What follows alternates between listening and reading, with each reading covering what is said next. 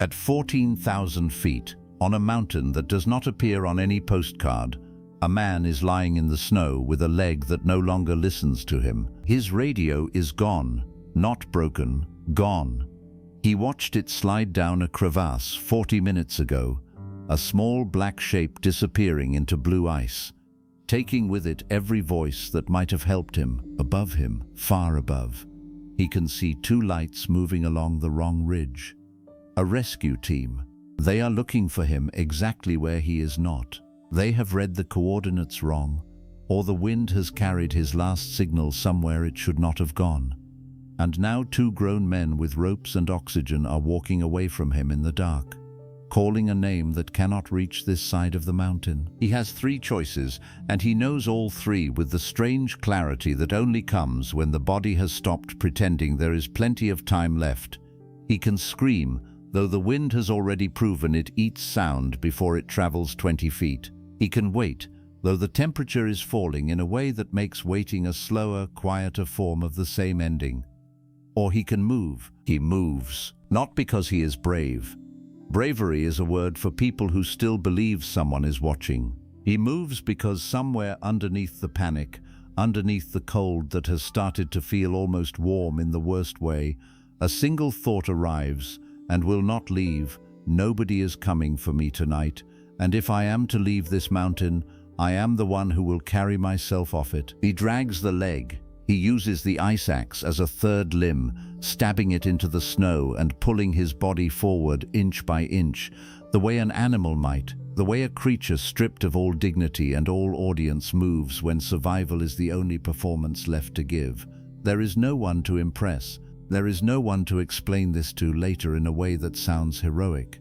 There is only snow and dark and a body that refuses, against every reasonable argument, to stop. 6 hours later, a search dog finds him 400 meters from where the helicopter eventually lands. He has crawled the distance of 4 football fields on a shattered leg, alone, in the kind of cold that kills men twice his size in half the time. When they ask him afterward how he did it, he will not have a poetic answer.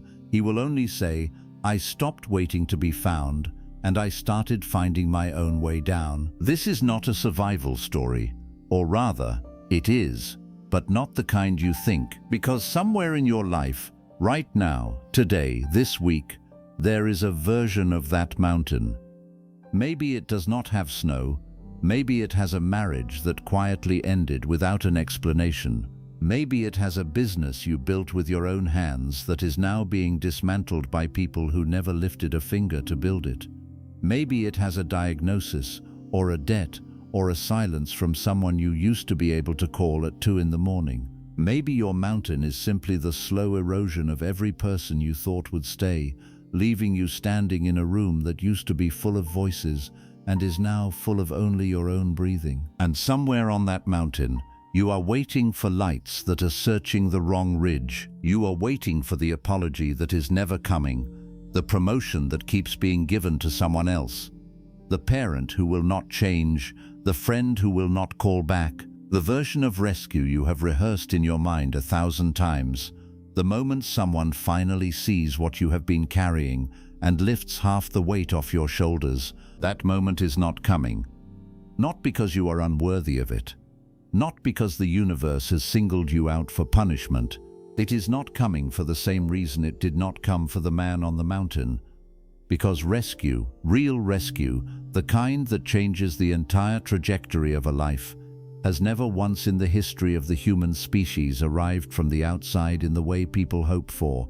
It has always, every time, without exception, come from inside the person who decided to stop waiting and start crawling. This is the strange and uncomfortable truth this entire audiobook is built on, and I will not soften it for you, because softening it would be a lie, and you did not come here for another lie wrapped in a nicer voice. You came here because some part of you already suspects what I am about to confirm. No one is coming. Not because they do not love you, not because you have not earned it, but because the human beings around you, even the good ones, even the ones who mean every word of their concern, are fighting their own mountains in the dark, dragging their own shattered limbs through their own blue-black snow, and they simply do not have a spare body to lend you. They have their own crevasse to avoid, their own ridge to misread, their own radio silently sliding into the ice somewhere you will never see. So here is what we are going to do together, you and I, across the next 14 chapters. We are not going to wait for the lights on the ridge to turn this way. We are going to teach the part of you that is still lying in the snow how to become the very thing it has been begging the universe to send. We are going to build, piece by piece, with no shortcuts and no comfortable lies, the architecture of a person who does not need to be saved, because that person has already learned how to save himself, how to save herself, over and over, in every dark hour that used to feel like the end. There is a secret chapter ahead. I will not tell you which number it is. You will know it when you arrive, because it will feel different from everything before it, quieter, stranger, and somehow heavier with truth than the rest. Most people who hear this audiobook will not be ready for it on the first listen. That is fine. Let it work on you slowly, the way certain medicines are designed to. But before the secret, before the architecture, before any of the tools you came here for, you need to understand one thing completely, with no escape hatch left open in your mind. You need to understand the day this all begins, not someday, not when you feel ready. The day it begins is the day you stop expecting the helicopter and start moving the leg that does not want to move. That day is this one. Let's begin. Chapter 1. There is a particular kind of pain that does not come from being hurt. It comes from being almost helped. You know this pain if you have ever waited by a phone that did not ring at the exact hour you needed it to. You know it if you have ever watched someone you trusted choose comfort over courage, choose silence over standing beside you, choose their own peace over your unraveling. It is not the pain of abandonment in its purest form. That pain is almost clean, almost simple. This is the pain of almost, of nearly, of so close you could feel the warmth of help before it turned and walked the other way. Most people spend years, sometimes entire decades, trying to outrun this particular pain by chasing the people who caused it. They knock on the same doors that never opened the first time, hoping that knocking harder or longer or with better words will finally produce a different result. They mistake persistence for the wrong target as some kind of virtue. It is not virtue, it is the slowest form of self-erasure available to a human being, because every knock on a door that will not open costs you something the door will never have to pay back. Time, dignity, the version of yourself that still believed rescue was a reasonable thing to expect from people who had already shown you in 100 small ways that they were not coming. This chapter exists to end that particular knocking, permanently starting tonight. I want you to picture for a moment the exact day you stopped being a child, even if that day arrived far too early, even if it arrived in a hallway outside a hospital room, or in the back seat of a car while two adults screamed at each other in the front, or in a quiet bedroom where you learnt, far too young, that crying loud enough did not actually guarantee someone would come. Almost everyone carries a memory like this, somewhere in the architecture of who they became. A moment when the universe quietly informed you that the rescue you assumed was automatic was, in fact, conditional, rare, and sometimes simply unavailable. Here is what almost no one tells you about that moment. It was not a tragedy, it was an initiation. I do not say this to minimize whatever pain lives in that memory. Pain is real, and I will never ask you to pretend it was not. But pain, examined closely enough, almost always contains an instruction hidden inside it. The way certain seeds need fire before they will crack open and grow. The instruction hidden inside the moment you realized rescue was not guaranteed was this: you are now responsible for the thing you used to outsource to others. Not because it is fair, not because you deserved that responsibility at the age it was handed to you, but because it is the truth. And the sooner a person makes peace with an uncomfortable truth, the sooner that truth stops being a wound and starts being a weapon. Becoming your own savior does not mean you stop loving people. It does not mean you build a wall so high that nothing warm can ever climb over it again. I want to be precise about this because the wrong interpretation of self-reliance has ruined more lives than the absence of it ever did. There are men walking around today alone in apartments full of expensive furniture and empty of any real connection, who believe they have mastered self-reliance because they have simply stopped needing anyone. That is not mastery. That is a different kind of wound wearing the costume of strength. True self-reliance is not the absence of love. It is the presence of an unshakable inner floor, so solid that love, when it comes, is a gift you receive standing upright, instead of a rope you are desperately hoping will be thrown down to a person who is drowning. There is a story I think about often, about a young woman raised in a fishing village on a coastline I will not name, because the specific place does not matter, only the shape of what happened there. Her father disappeared at sea when she was 9 years old, on a boat that went out one grey morning and never returned. For 3 years afterward, she would walk to the edge of the dock every single evening at the exact hour his boat used to come back. And she would watch the horizon, certain that one day a shape would appear out of the mist, and it would be him, returning, finally, with some explanation for the silence. He never returned. Of course he never returned. But here is the part of the story that matters. Somewhere around her 13th year, she stopped walking to the dock to wait for him, and started walking to the dock to learn the boats herself. She apprenticed herself to an old fisherman who had no sons and no patience for sentiment, and she learned to read currents, mend nets, and navigate by stars that her father had once tried and failed to teach her before he disappeared. By the time she was 20, she owned her own boat. By the time she was 30, she owned 3 and employed 11 men who had once mocked her for being a girl who thought she belonged on the water. She did not become whole because the sea returned her father. The sea never gives back what it takes. She became whole because she stopped standing at the edge of the dock waiting for a rescue that the universe had already unmistakably told her was not coming, and she turned her grief into a different kind of vessel, one she built and captained herself. This is the turn I am asking of you. Not the elimination of your wound, not a forced fake gratitude for whatever abandoned you.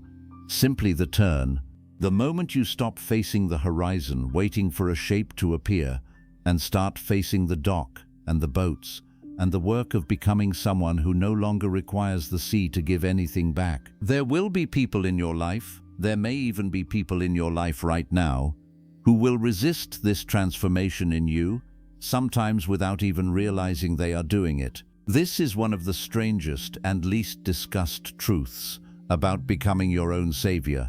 The people most invested in your helplessness are rarely your enemies. They are often people who, consciously or not, built a part of their own identity around being needed by you.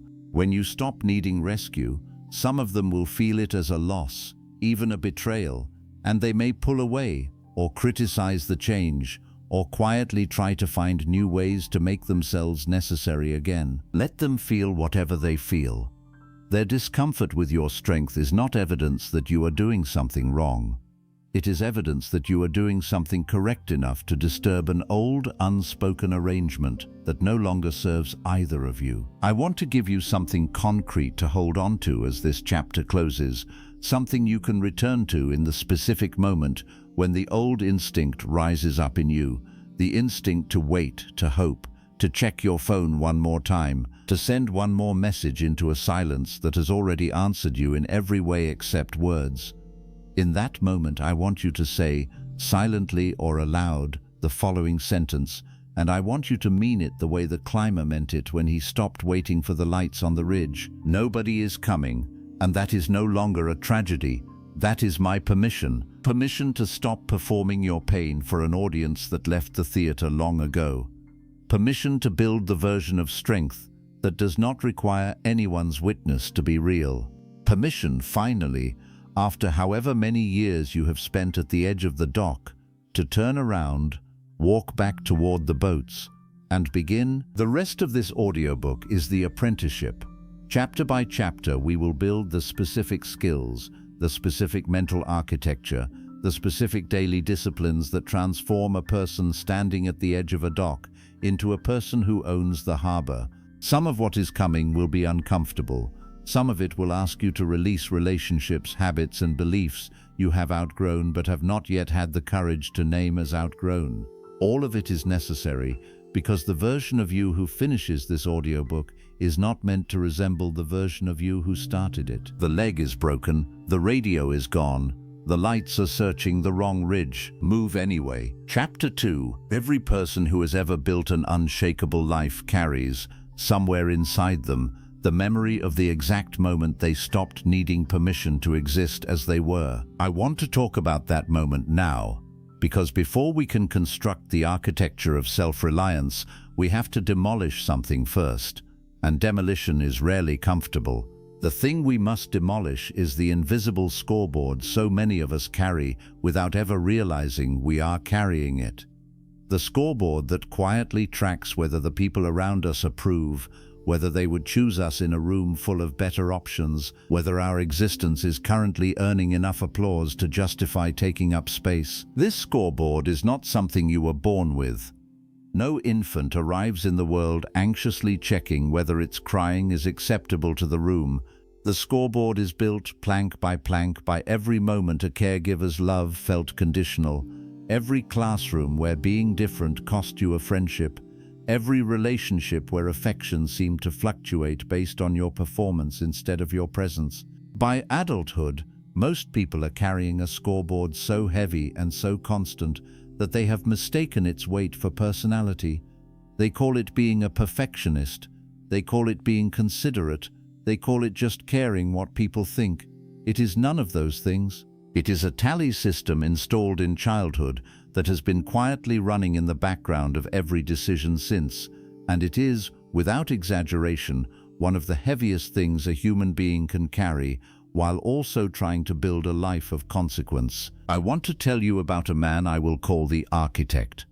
Though that was not his profession, it is simply what he became, in the truest sense of the word, by the end of his story. For most of his adult life, he ran a business that everyone around him admired and that he privately despised. He had built it not because he loved the work, but because it was the kind of work his father respected, the kind of work that produced a number on a business card that made relatives at holiday dinners nod in a particular way. Every decision in that business, for nearly 15 years, was filtered through a single invisible question: will this make them proud, or will this make them worry? Then, in his early 40s, his father died, suddenly, on an ordinary Tuesday, with no warning and no final conversation.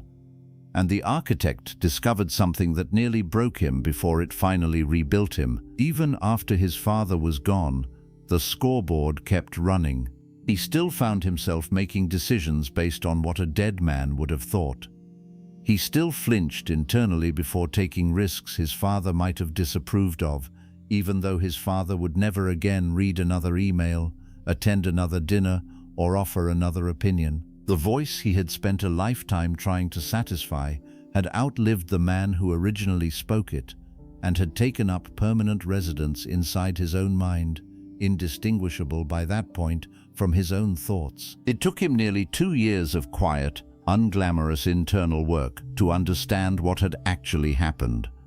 The voice he had been obeying was never really his father's voice at all, not anymore. It had become his own voice, borrowed and distorted, but his, and that meant only he had the authority to silence it. No external forgiveness could do that work. No grave visited, no letter written and burned, no therapist's validation could substitute for the singular act of an adult human being deciding finally that the scoreboard was no longer allowed to vote on his choices. He sold the business 18 months later and started over in a field he had wanted to enter since he was 19 years old. It paid less. It impressed almost no one at holiday dinners, and it was, in his own words years later, the first decision of his adult life that had been made by him, for him, with no ghost in the room casting a vote. I tell you this story not because everyone listening has a dead father whose voice has outlived him, I tell you this because almost everyone listening has some version of that voice. A parent, a former mentor, an ex-spouse, a childhood friend group, an old version of a religious community, a culture of comparison built by years of watching curated versions of other people's lives. And that voice, whoever it originally belonged to, has likely outlived its usefulness, its relevance, and in many cases its presence in your life entirely. And yet it keeps voting. It keeps weighing in on decisions it has no legitimate authority over anymore. The process of becoming your own savior requires, at some point, a formal and deliberate act of firing every voter on that scoreboard who is not you, not out of bitterness, not out of a desire for revenge against people who shaped you imperfectly, the way every human shapes every other human imperfectly, simply out of accuracy. The scoreboard was useful once, when you were a child who genuinely needed guidance you could not generate yourself. It is not useful now. Now it is simply old furniture taking up space in a house you are trying to remodel into something that finally fits the person living in it. Here is a practice I want you to actually use, not just hear and forget. The way most audiobooks are heard once and absorbed nowhere. The next time you feel the particular tightness in your chest that comes from making a decision you suspect someone somewhere would disapprove of, I want you to pause and ask a very specific question, not what would they think, because that question keeps the scoreboard running. Instead ask, is this voice currently in the room with me, able to see my actual life, my actual circumstances, my actual reasoning, or is this a recording, playing from somewhere in my past, applied to a present it was never designed to judge? In almost every case you will find it is a recording. Recordings do not get a vote. Only people standing in the actual room of your actual life, with actual context, with actual stakes, have earned the right to weigh in, and even then the final vote belongs to you, because you are the only one who will live with the consequences of the choice for the rest of your life. There is a particular freedom that arrives the day you finally understand this, and it does not arrive gently. It arrives like a held breath finally released, like a weight you did not know you were carrying suddenly set down on the ground, leaving your shoulders strangely light, almost disoriented by their own lightness. Some people cry the first time they feel it. Some people simply sit very still for a long time, recalibrating to a version of themselves that has more room in it than they remember ever having before. This is not the end of the work. Firing the old voters from your internal scoreboard is necessary but not sufficient. An empty scoreboard can be just as dangerous as a crowded one if you fill the silence with chaos instead of clarity.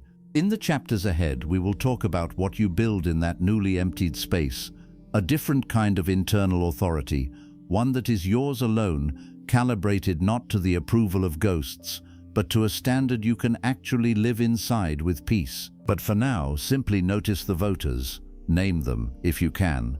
The parent, the ex, the old friend group, the culture you grew up inside. Notice how many of your daily decisions are still, even now, being run past people who are not in the room, who may not even be alive, who in some cases have not thought about you in years while you have continued, faithfully, anxiously, to consult their imagined opinion before making your next move. And then, quietly, without ceremony, without needing anyone's witness to make it official, fire them. The board is yours now.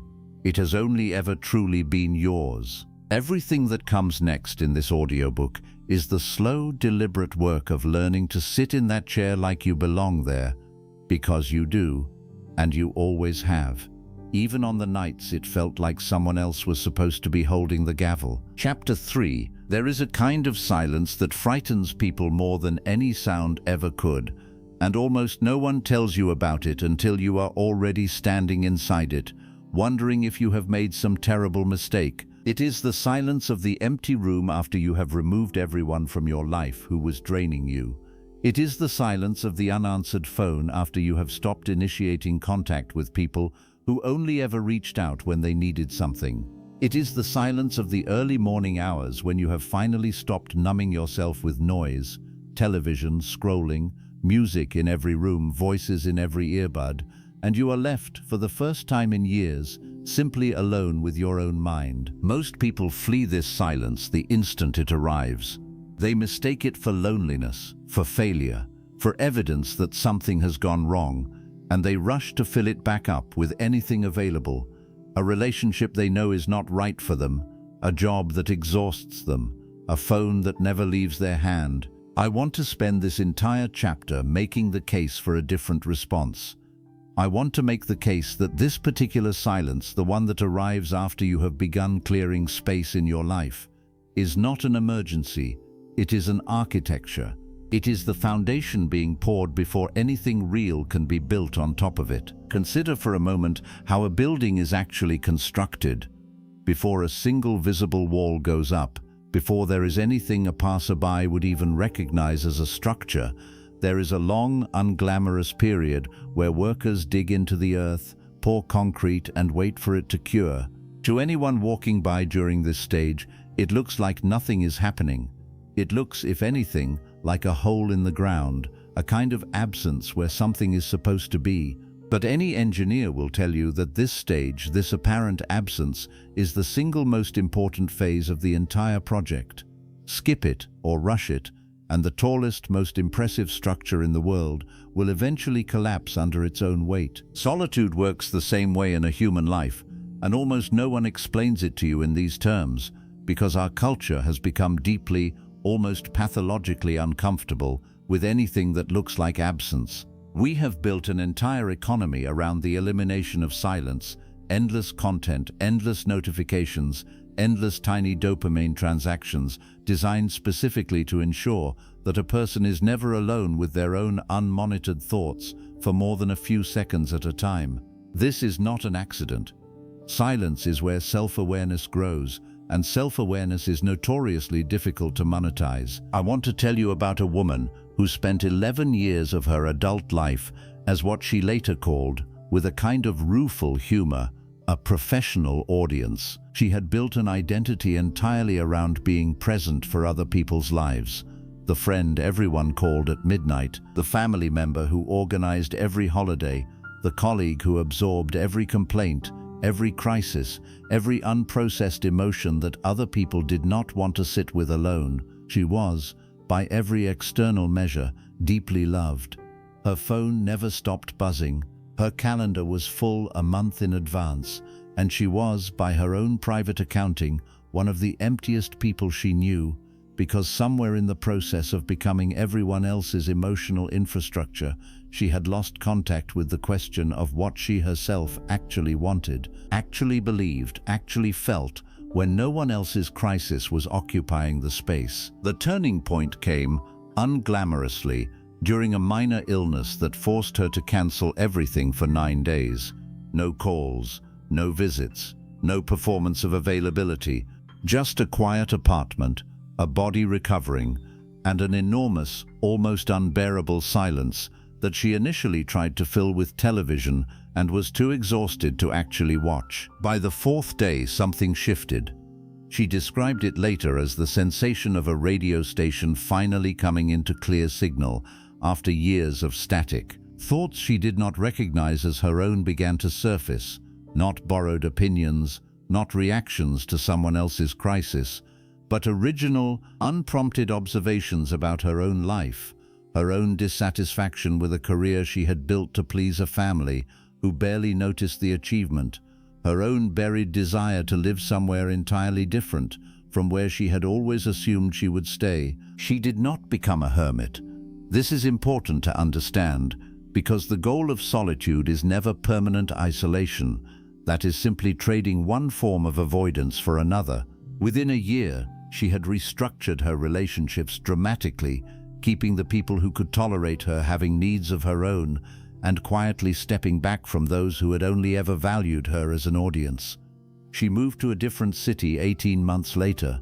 She described the entire transformation as beginning not with a dramatic decision, but with 9 accidental days of silence that she almost filled with noise, and did not. I am not telling you to get sick for 9 days.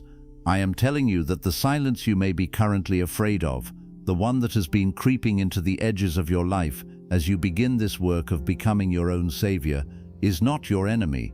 It is the curing concrete. It is uncomfortable precisely because something real is happening inside it, slowly, invisibly, in a way that does not yet have a visible result you can point to and feel proud of. Here is a distinction I want to plant firmly in your mind, because confusing these two things ruins this entire chapter's value if left unclear. There is solitude, and there is isolation, and they are not the same thing, even though they can look identical from the outside. Isolation is the absence of connection driven by fear, fear of rejection, fear of being seen clearly, fear of the vulnerability required to let another person matter to you. Isolation shrinks a person over time. It calcifies into bitterness, into a hardened crust that mistakes itself for independence but is, underneath, simply unhealed pain wearing a disguise. Solitude is the deliberate, chosen absence of noise, undertaken specifically so that a person can hear themselves clearly enough to know what they actually believe, want, and need before re-entering connection with others. Solitude expands a person over time.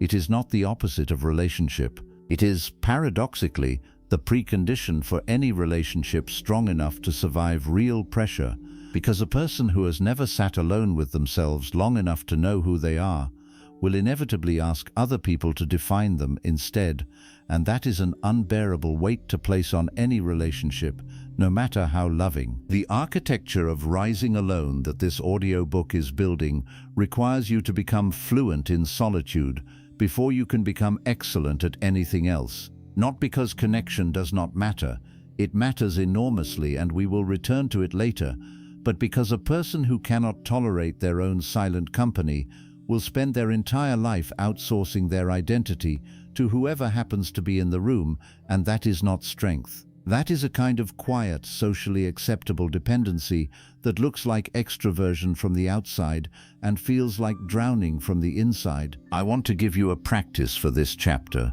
something you can begin tonight if you are willing.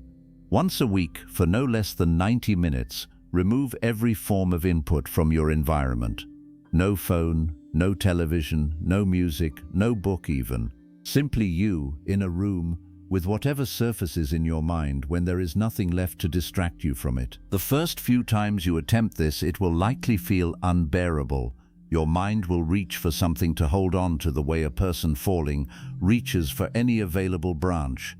You may feel a powerful urge to check your phone within the first 10 minutes. This urge is not a character flaw. It is simply evidence of how thoroughly the noise has colonized the space where your own thoughts used to live freely. Sit through it anyway. The discomfort is the concrete curing. It will not feel productive while it is happening.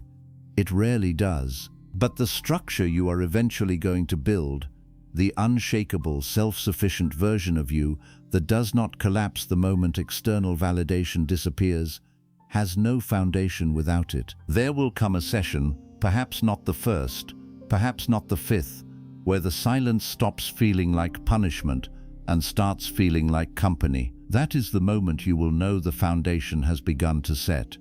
Do not rush toward it. Concrete that cures too quickly is weaker than concrete given the time it actually needs. Chapter 4. Nobody claps when you choose discipline at 6 in the morning in an empty room. This is the single most important sentence in this entire chapter, and I want you to actually sit with it before moving forward, because almost every failure of self-discipline I have ever studied, in myself and in others, traces back to a person who unconsciously expected an audience for their effort and quietly gave up the moment they realized no audience was coming. We are, all of us, raised inside systems built on visible reward.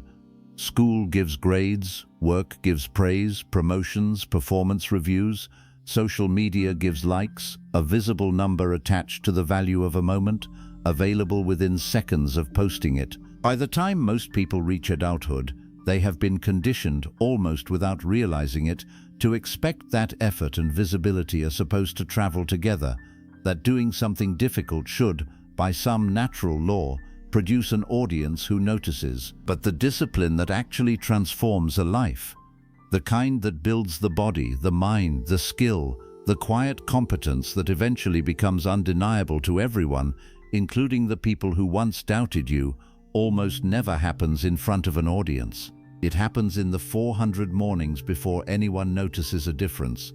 It happens in the 11 months of practicing a craft badly, alone, before the first person compliments your improvement.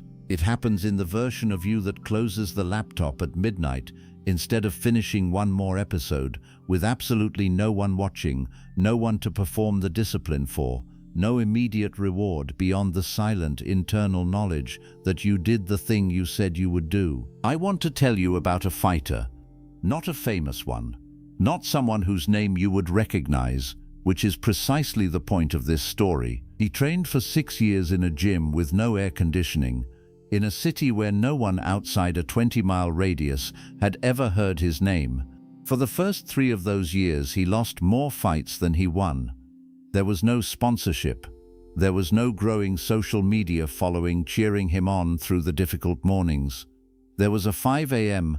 alarm, a cold gym, a heavy bag that did not care how he felt, and a coach who told him more than once that he might simply not have what it takes. He kept training anyway, not because he was certain of eventual success. Certainty was never available to him, not for years. He kept training because he had made a private decision, known to almost no one, that his discipline would not be contingent on an audience confirming its worth. He trained the way a person prays when they no longer expect an answer, but continue anyway, because the practice itself has become the point. In his 7th year, something shifted, almost overnight from the outside, though it was the inevitable compounding of 73 months of invisible work. He won a regional title, then a national one. Within 2 years, he was fighting for a championship belt in front of an arena of people who had never once thought about him during the 6 years he trained in obscurity. After the title fight, a reporter asked him what had kept him going through all those early years with no recognition. He gave an answer that I have never forgotten, because it is the entire thesis of this chapter compressed into a single sentence. He said, "I decided a long time ago that I would rather be excellent and unseen than mediocre and applauded." This is the precise inversion that becoming your own savior requires of you.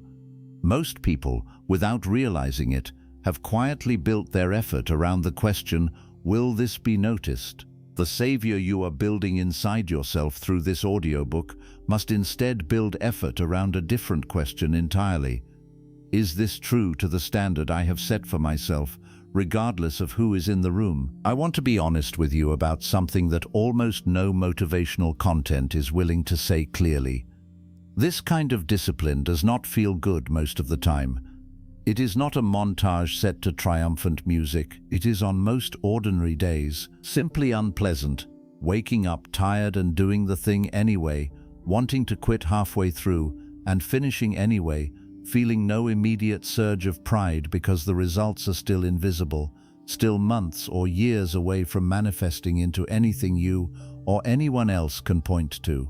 The version of discipline sold by most content online is a lie of timing. It compresses years of unglamorous repetition into 90 seconds of highlight reel, and it quietly teaches an entire generation to expect transformation on a timeline that has never once in the entire history of human achievement actually existed. Real discipline operates on what I call invisible time, the long, undocumented stretch between the decision to change and the first visible evidence that the change is working.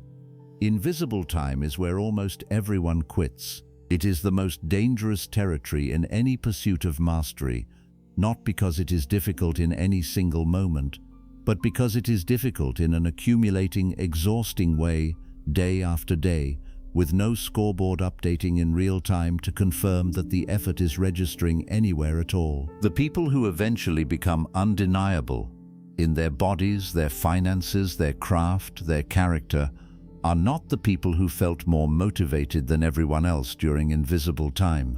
Motivation is famously unreliable, rising and falling based on sleep, mood, weather, and 1,000 other factors outside anyone's control. The people who survive invisible time are the people who built a structure that does not depend on motivation at all, a non-negotiable standard decided once, in a calm moment, and then simply executed regardless of how any particular morning happens to feel. I want to offer you a specific practice to begin building this structure starting today. Choose one single discipline, physical, mental, or creative. It does not matter which, only that it matters to you, and commit to it for 66 days, the length of time research on habit formation suggests is required for a behavior to begin feeling automatic rather than effortful. During those 66 days, you are not allowed to evaluate whether it is working. You are not allowed to check for results, search for validation, or measure progress against anyone else's timeline. Your only job is execution. Show up, do the thing, repeat. This will feel, for at least the first several weeks, like shouting into a canyon and hearing nothing back. That silence is not evidence of failure. It is simply invisible time doing what invisible time always does. The canyon is listening. It is simply not designed to answer you on your schedule. Somewhere around day 40, often without any specific moment you can point to afterward, something will shift. The discipline will stop requiring the same act of will it required on day 3. It will begin to feel, faintly at first, like a part of who you are rather than something you are forcing yourself to do. This is the moment the foundation that Chapter 3 discussed begins meeting the structure this chapter is building. The empty room stops feeling empty. It starts feeling like the place where you became someone undeniable, one unwitnessed morning at a time. Chapter 5. There is a specific kind of exhaustion that has nothing to do with sleep, and almost everyone carries some version of it without ever naming it correctly. It is the exhaustion of constant translation, the lifelong habit of editing your real thoughts, your real preferences, your real face, into a version more palatable for whoever happens to be in the room. It is the fatigue of agreeing with opinions you do not hold, laughing at moments that do not strike you as funny, softening true feelings into smaller, safer shapes before they are allowed to leave your mouth. Most people perform this translation so constantly and so early in life that they no longer notice they are doing it. It has simply become the operating system underneath everything else, running in the background, consuming resources the conscious mind never accounts for. This chapter is about the decision to stop translating, and I want to be precise about what that decision actually costs, because no honest teacher would let you believe it is free. I want to tell you about a woman who spent the first 31 years of her life as what everyone around her called easy to be around. She agreed with the room. She absorbed friction before it could surface. She had, by her own later admission, not expressed an unfiltered opinion in a group setting in longer than she could remember, because every time she had tried years earlier in adolescence, the room had punished her for it. A friend group that excluded her for 2 weeks after she disagreed with their consensus on something trivial, a boyfriend who sulked for days when she expressed a preference different from his own. By adulthood, she had simply stopped testing the water.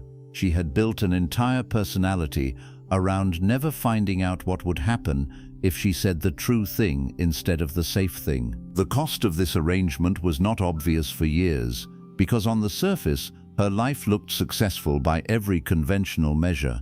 She had a stable career, a wide circle of people who considered her a close friend, a calendar full of invitations.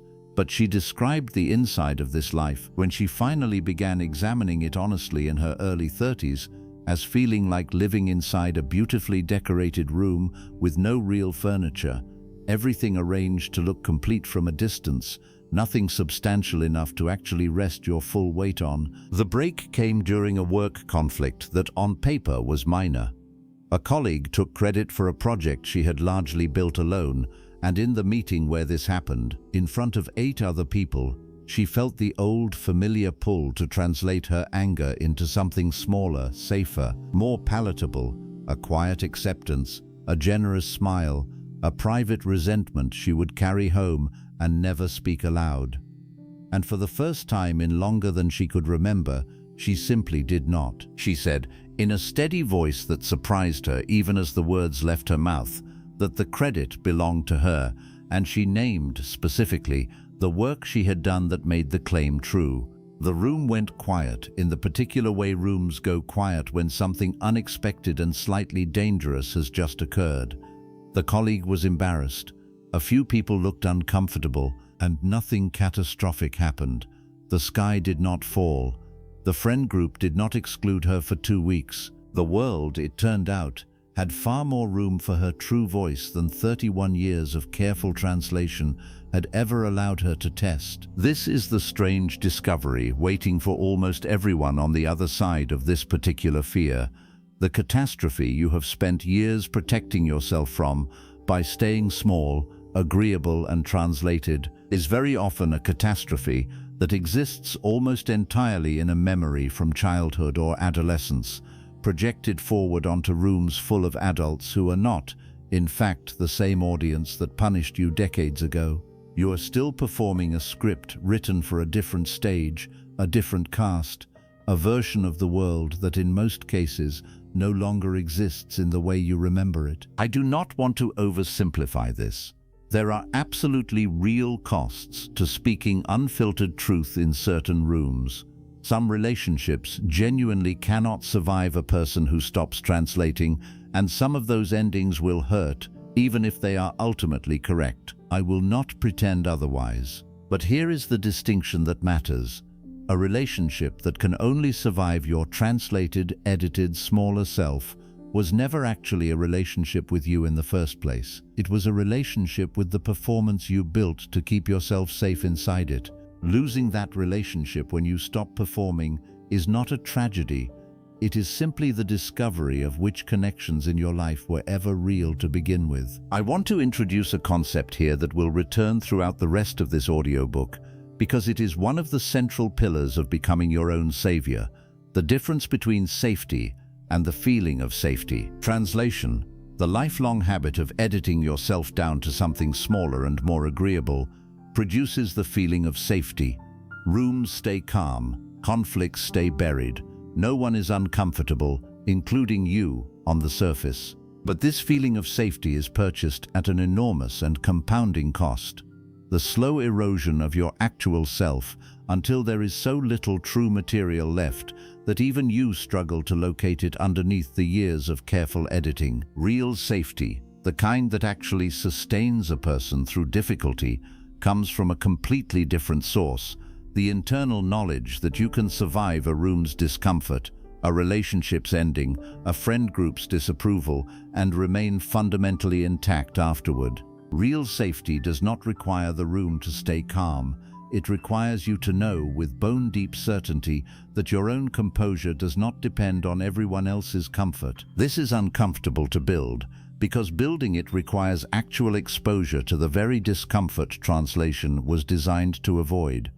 There is no way to develop the muscle of unfiltered honesty without occasionally being honest and discovering firsthand that you survive it. Reading about this skill will never substitute for practicing it.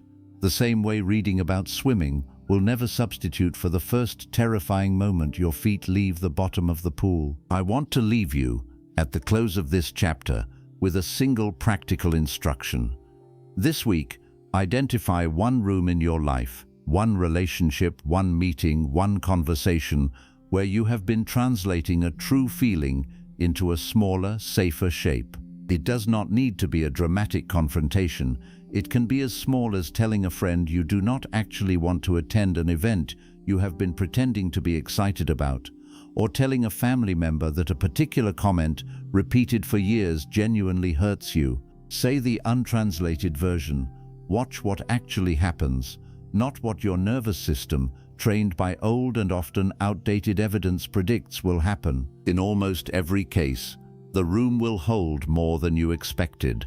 And in the rare case it does not, in the case a relationship genuinely cannot survive your true voice, you will have learned something just as valuable: precisely which connections in your life were built on your silence and were therefore never as solid as they appeared. Either outcome moves you forward.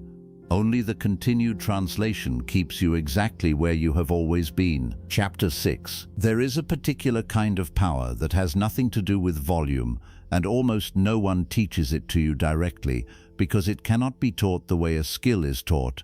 It can only be demonstrated, and even then only partially, because the rest of it has to be lived into existence by the person learning it. I am talking about the power of a person who has stopped explaining themselves. Consider for a moment the sheer volume of energy most people spend each day justifying decisions that require no justification.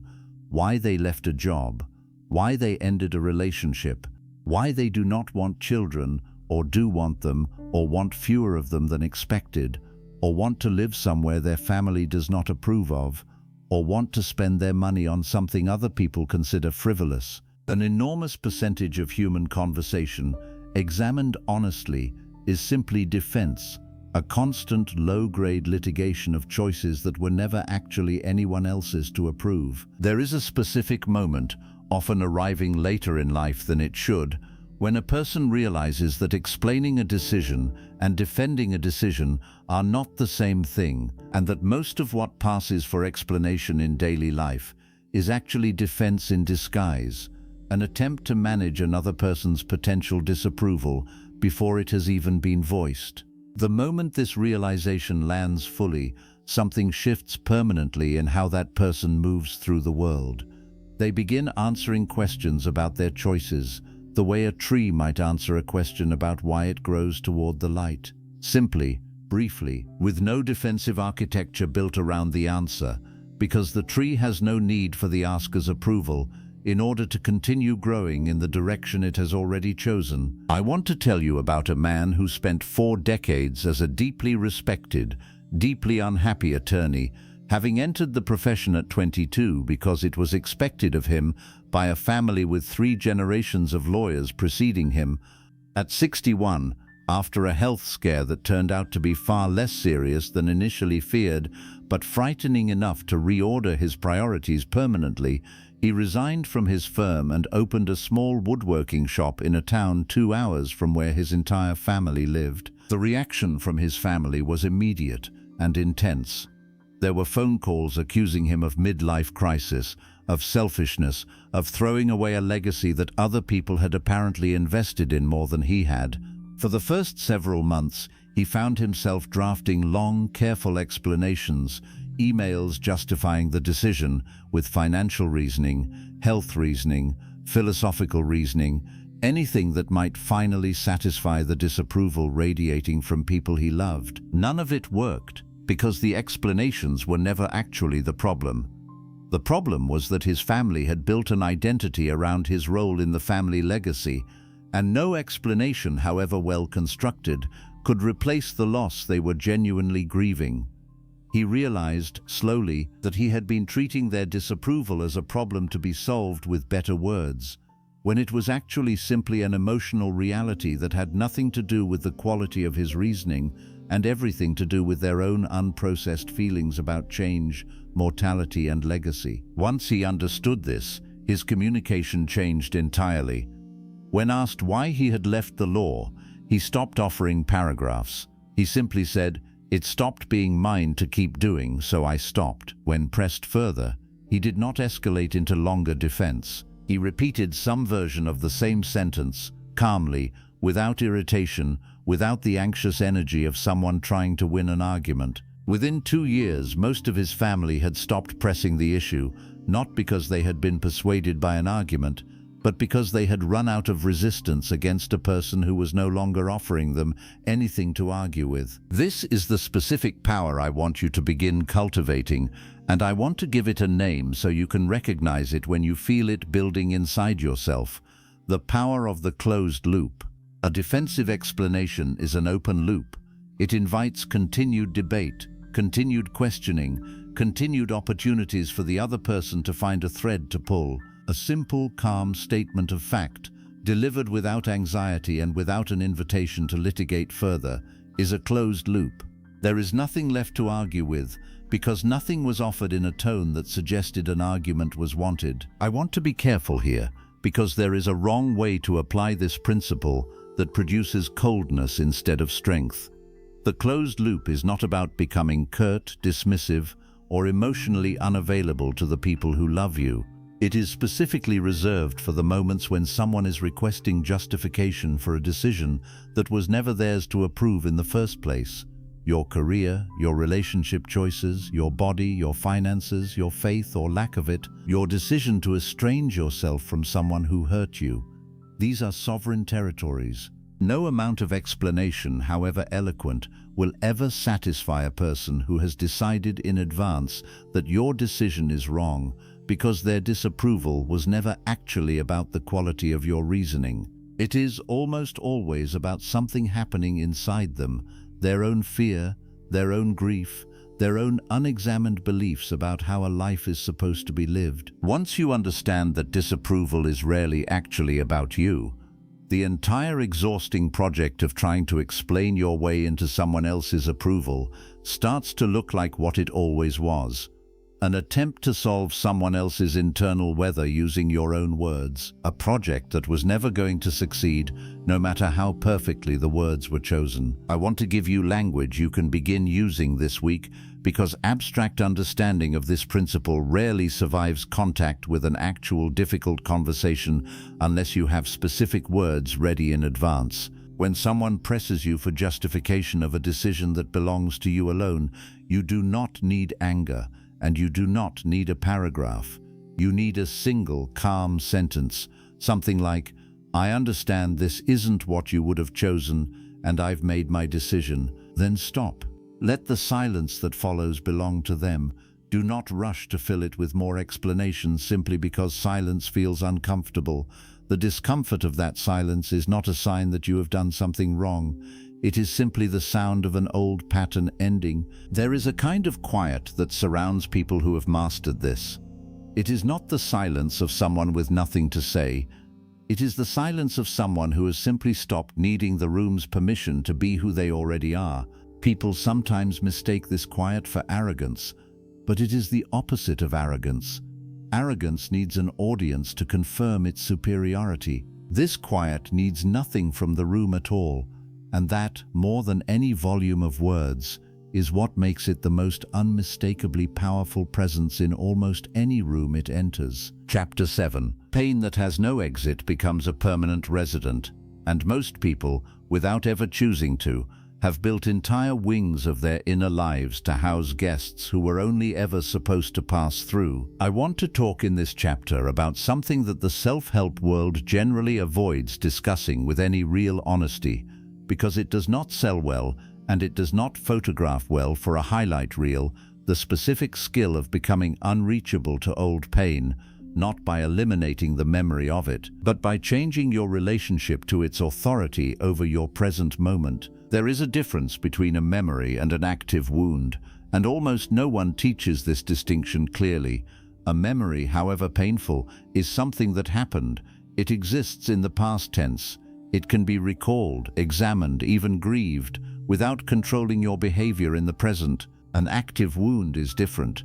An active wound is a memory that has not been allowed to finish its natural process, and so it continues to leak into the present, coloring decisions, relationships, and self-perception years or even decades after the event that created it has technically ended. The tragedy of an active wound is that it convinces the person carrying it that the danger is still current, when in most cases the actual danger ended long ago.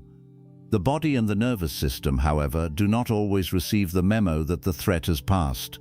They continue behaving as though the original danger is still imminent, triggering the same defensive patterns: withdrawal, hypervigilance, preemptive self-protection, in situations that bear only a surface resemblance to whatever happened originally. I want to tell you about a man whose father left the family when he was 7 years old, with no warning, no explanation that a 7-year-old could process, simply a closed door and a silence that lasted the rest of his childhood. For the following 30 years, this man unconsciously structured every significant relationship in his life around a single, never-examined rule: leave before you can be left. He ended relationships the moment they began requiring real vulnerability, always with a plausible surface reason. The timing was wrong, the person was not quite right, the spark had faded.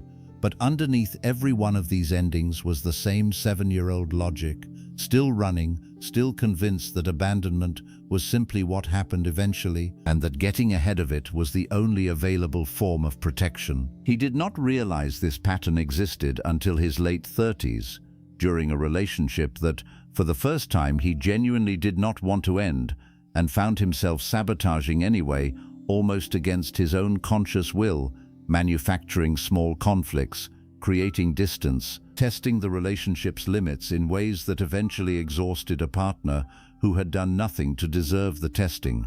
It was only in the aftermath of that relationship's collapse, sitting alone in an apartment he had once again successfully emptied of anyone who might leave him, that he finally asked the question he had avoided for 3 decades: what if I am not actually protecting myself from abandonment? What if I have simply been performing my father's abandonment over and over on every person who got close enough to matter, because some unhealed part of me believes this is simply how love is supposed to end? This recognition did not heal him instantly. Insight rarely produces instant transformation, despite how often that lie is sold. But it gave him, for the first time, the ability to notice the 7-year-old logic activating in real time, in the middle of an actual present-day relationship, and to ask a question the 7-year-old version of him never had access to: is this danger actually happening now, or am I responding to a danger that ended 3 decades ago? This question, is this danger actually happening now, or is this an old wound still leaking into a present that does not match it, is one of the most important tools available to anyone serious about becoming their own savior, because it is the precise mechanism by which old pain loses its authority over present decisions. I want you to understand clearly that this question does not erase the original pain. The 7-year-old boy in that story still experienced something genuinely devastating, and no amount of present tense reframing changes the reality of what happened to him.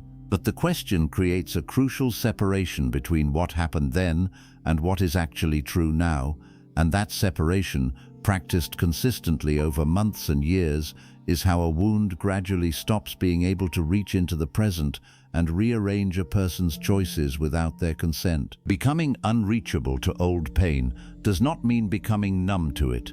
Numbness is simply another form of avoidance, a wall built so thick that nothing, including the good things life eventually offers, can get through it either. What I am describing is closer to a kind of sovereign distance, the ability to feel an old wound fully, to grieve it honestly, and still retain the authority to choose a present-day response that serves the life you are actually building, rather than the life your nervous system is still defending against a danger that no longer exists. I want to offer a specific practice for this chapter, because this particular skill, more than almost any other in this audiobook, requires repetition over time rather than a single moment of understanding. The next time you notice yourself reacting with an intensity that feels disproportionate to the actual present situation, a sudden urge to withdraw from someone who has done nothing wrong, an unexplained flash of anger at a minor comment, a wave of anxiety triggered by something objectively small, pause before acting on the reaction and ask, how old is this feeling? Not metaphorically, literally. Sit with the sensation and ask what age it seems to belong to. Most people, with practice, can locate a rough answer with surprising speed.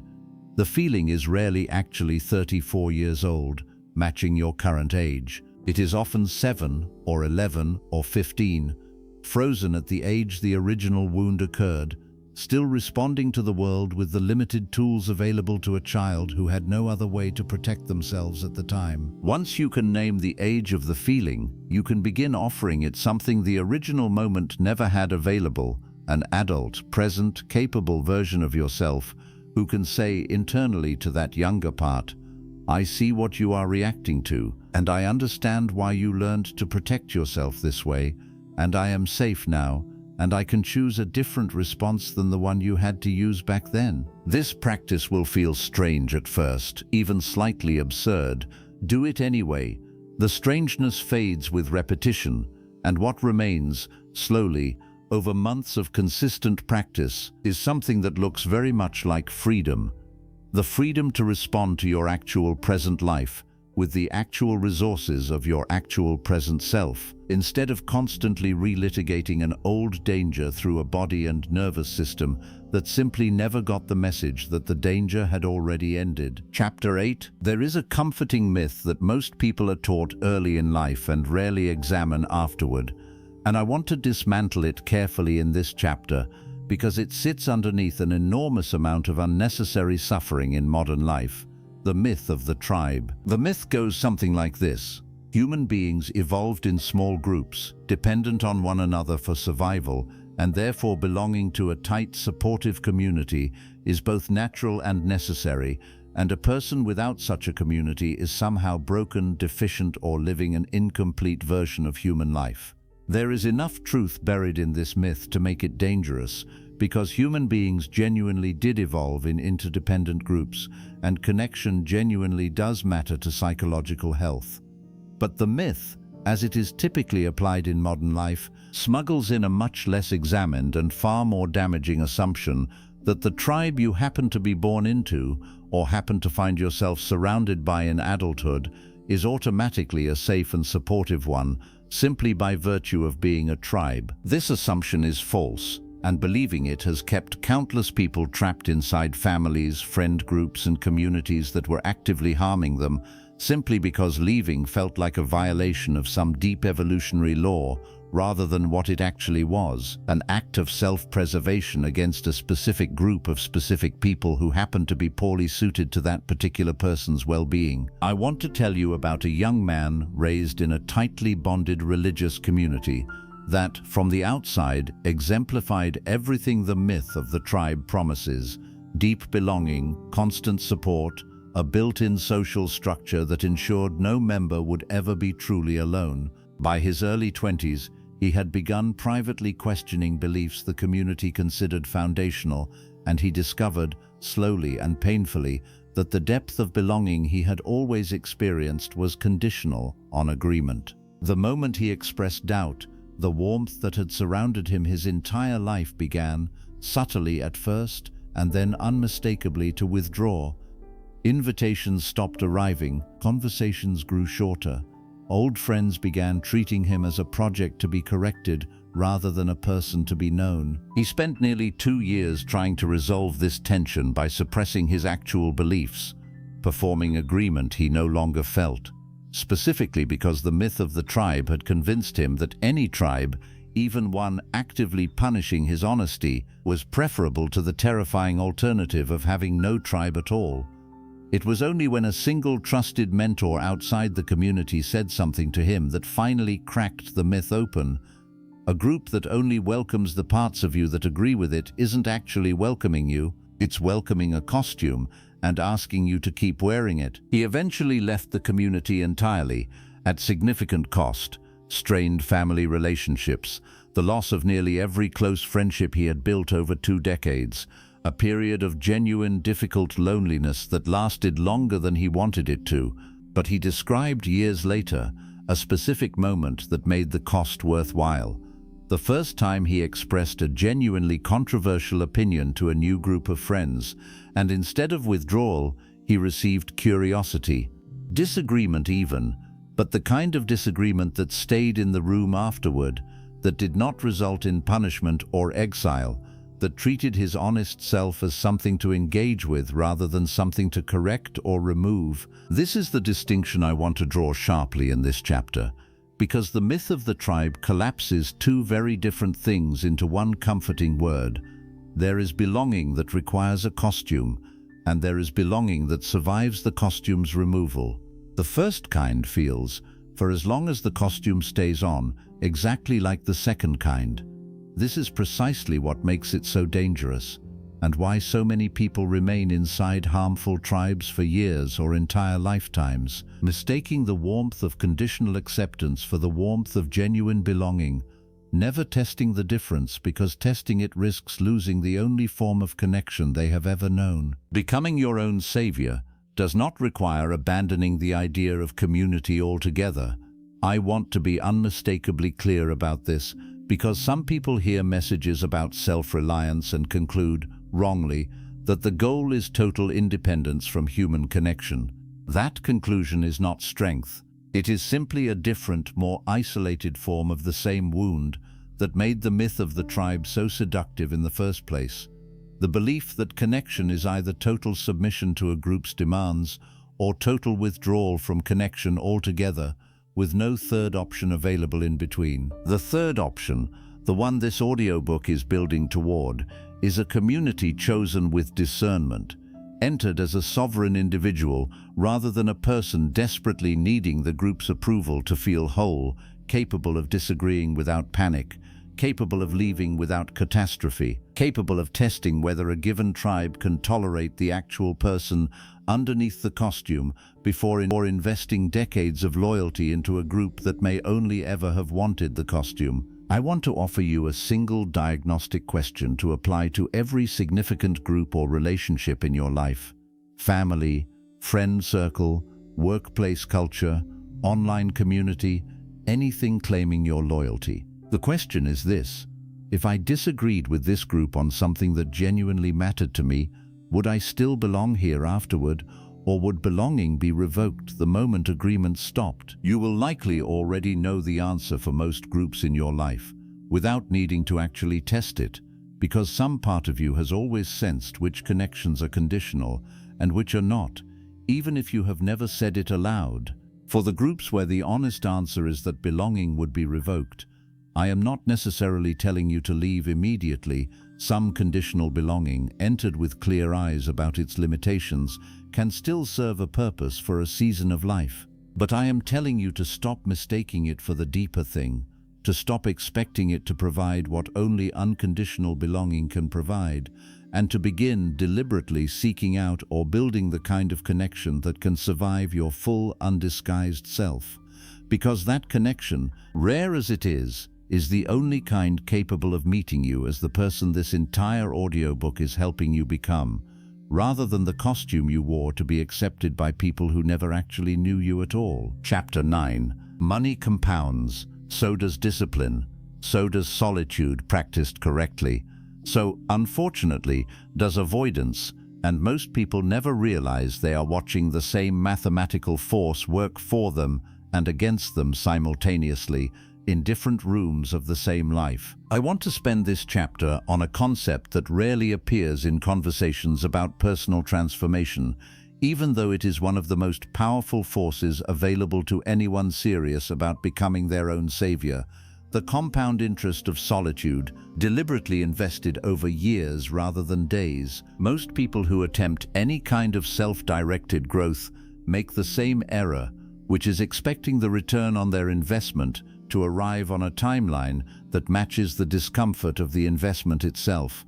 They spend one difficult month in solitude, building a new habit, sitting with uncomfortable silence, practicing the honest communication discussed several chapters ago, and when the visible results after 30 days seem modest, they conclude the project is not working, and they abandon it in favor of whatever felt easier before. This is precisely the mistake that destroys most financial futures as well, and the parallel is not incidental, it is structural. A person who invests a modest sum of money and checks the account balance daily, expecting to see dramatic growth within weeks, will almost always panic and withdraw the investment during the inevitable periods of flat or even negative short-term movement, missing the decades-long curve where compounding actually performs its quiet, exponential work. The same exact psychology destroys the compounding of solitude, discipline, and self-trust. People check the internal account balance daily, see no dramatic transformation, and withdraw their investment in themselves prematurely, often just months or even weeks before the curve would have begun bending sharply upward. I want to walk through what this compounding actually looks like across a longer timeline than most people are willing to consider, because seeing the shape of it in advance is one of the few reliable inoculations against premature abandonment. In the first months of practicing solitude, discipline, and honest self-expression, almost nothing visible changes. This is not a flaw in the process. It is the nature of any compounding system in its earliest stage, where the absolute numbers involved are simply too small to produce a visible curve yet, even though the underlying mechanism is functioning exactly as it should. A person beginning weekly solitude practice in month 1 is, in measurable terms, barely different from a person who has never practiced it at all. The same is true of a person 66 days into a new discipline, or a person who has had 3 honest, untranslated conversations instead of a lifetime of agreeable silence. The early numbers are small, this is mathematically guaranteed, and no amount of impatience changes the mathematics. Somewhere between months 6 and 12, depending on the consistency of practice, something subtle begins to shift. It rarely announces itself dramatically. It shows up as a slightly faster recovery from an old trigger that used to derail an entire day. It shows up as a slightly easier time tolerating an uncomfortable silence that used to feel unbearable within the first 5 minutes. It shows up as a slightly calmer response to disapproval that, a year earlier, would have produced days of anxious rumination. These shifts are easy to dismiss precisely because they are subtle. But subtle is exactly what early-stage compounding always looks like, in finance and in character alike. Somewhere between years 1 and 3, for people who have maintained consistent practice through the unglamorous middle stretch, the curve begins to bend in a way that becomes undeniable even to the person experiencing it. The internal scoreboard from Chapter 2 has gone mostly silent. The ability to sit in difficult silence has become a genuine asset rather than a struggle. The willingness to speak honestly, even at the cost of certain relationships, has become simply how the person operates, rather than a frightening exception requiring enormous courage each time. People around them, sometimes people who knew them years earlier, begin commenting on a change they cannot quite name but can clearly sense, a settledness, a groundedness, a person who seems somehow less reactive to the world's approval or disapproval than they used to be. This is the visible portion of the curve, and it is precisely the portion most people give up before ever reaching, because the invisible years preceding it offered so little obvious reward that continuing felt, for long stretches, like an act of faith rather than evidence-based decision-making. I want to introduce a distinction here that has become one of the most useful frameworks I know for surviving the invisible years of any compounding pursuit: the difference between lagging indicators and leading indicators. A lagging indicator is the visible result everyone wants, the calm response to disapproval, the noticeable change in how others perceive you, the income that finally reflects years of skill development, the relationship that finally reflects years of internal work on your own capacity for honesty and presence. Lagging indicators arrive late, often very late, and they are the only metric most people instinctively pay attention to, which is precisely why so many people quit before lagging indicators ever appear. A leading indicator is the behavior itself, measured not by its result, but by its simple occurrence. Did you sit through the solitude practice this week, regardless of whether it produced any feeling of insight? Did you complete the discipline today, regardless of whether you can yet see any physical or skill-based change in the mirror?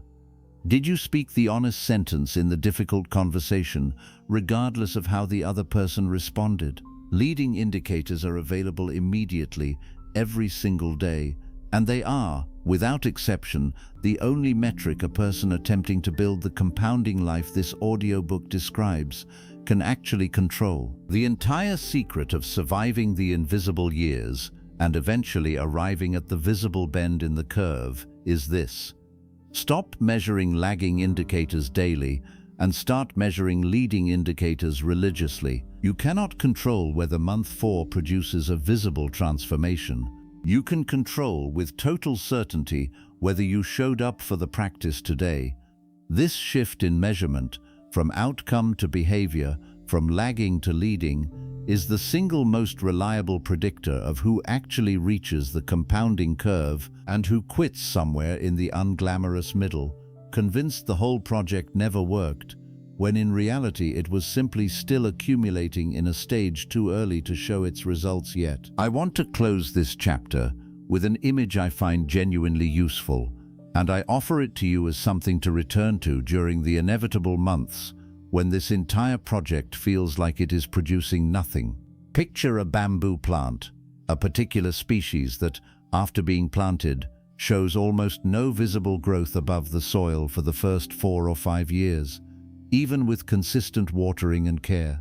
Anyone observing the surface during this period would reasonably conclude that nothing is happening, that the project has failed, that the seed was perhaps defective or the soil unsuitable. But beneath the surface, invisible to any observer, the plant is building an enormous complex root system strong enough to eventually support what comes next. In its 5th or 6th year, the bamboo begins growing, often 80 feet or more, in a matter of weeks, a growth rate that looks, from the outside, like a miracle, but is in fact simply the visible expression of 5 years of invisible, unglamorous underground work finally reaching the surface. You are, right now, somewhere in that underground period. Whether this is your first week of this work or your 3rd year of it, the growth is real, even when it is invisible. The compounding is happening even during the months it produces nothing you can point to. Keep watering the root system. The 80 feet are coming, on a timeline that has nothing to do with how impatient you currently feel, and everything to do with how consistently you continue showing up to a practice that asks for your faith long before it offers you any proof. Chapter 10. There is a particular kind of motivation that burns hot and dies fast, and almost everyone has experienced it, the urgency that arrives when you are being chased. A deadline approaching, a competitor gaining ground, a fear of being left behind. This kind of motivation is real, and it produces real results in the short term, but it has a structural flaw that almost no one examines closely enough. It requires a chaser to remain effective, and the moment the chaser disappears, whether because the deadline passes, the competitor falls behind, or the fear simply fades with time, the motivation built on top of it tends to evaporate along with it. I want to spend this chapter on a much rarer and much more durable form of forward motion, the discipline of staying ahead when no one is chasing you at all. This is, without exaggeration, one of the defining marks of people who build extraordinary lives, and it is almost never discussed honestly because it does not photograph well, and it does not compress into an inspiring 30-second clip. The most consequential work most accomplished people have ever done was performed during stretches of complete competitive silence, no rival nearby, no deadline imminent, no audience watching, nothing external generating the urgency required to act. They acted anyway, not because circumstances demanded it, but because they had built an internal standard that generated its own urgency, independent of whether the external world happened to be applying any pressure at all. I want to tell you about a chess player who, by his early 20s, had already become the strongest player in his country, with no domestic rival within striking distance of his skill level. For most ambitious people, this would have produced exactly the result you might expect: a plateau, a relaxing of intensity, since the immediate competitive pressure that drives most improvement had effectively disappeared. Instead, he did something almost no one in his position does. He hired a coach specifically to manufacture the pressure his actual environment no longer provided. He sought out international competition far above his current level, deliberately losing dozens of games against players who exposed every weakness his domestic dominance had allowed him to ignore. He treated the absence of a local rival not as permission to relax, but as a signal that he had to become his own rival, generating internally the same intensity that competition naturally produces externally. A decade later, he was competing for a world championship, and when asked how he had managed to keep improving after effectively running out of domestic competition in his early 20s, he gave an answer worth repeating in full. The moment you stop being chased, you find out whether you actually love the work or whether you only ever loved winning against people slower than you. I found out I loved the work. That's the only reason any of this kept growing after there was no one left to outrun. This distinction, loving the work itself versus loving the feeling of outrunning someone, is the entire engine behind staying ahead when no one is chasing you, and I want to dwell on it carefully because it explains why so many talented people plateau the moment they reach the top of whatever pond they started in. A person motivated primarily by outrunning others will naturally lose momentum the moment there is no one left nearby to outrun. There is nothing wrong with this person, nothing weak or flawed about their character. It is simply a structural fact about motivation built on relative comparison rather than absolute standard. The moment the relative gap closes, in either direction, the motivation built entirely on that gap loses its fuel source. A person motivated by an absolute internal standard, however, experiences no such collapse because their motivation was never actually dependent on anyone else's position in the first place. They are not trying to be better than a specific rival. They are trying to close the gap between their current capability and a standard they have set for themselves, a standard that has nothing to do with whoever happens to currently occupy the space around them. I want to be honest about something uncomfortable here.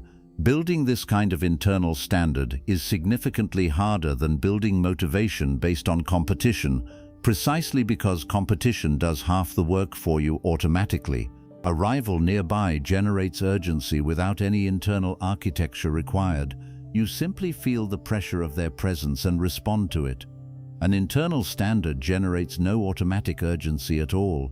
You have to build the entire structure yourself, from materials that are entirely invisible to anyone watching, with no external force confirming whether you are taking it seriously enough. Here is a specific practice for building this internal standard, something you can begin applying this week, regardless of your current field or pursuit. I want you to write down, in specific and measurable terms, what excellence in your particular pursuit would look like if you were the only person alive practicing it.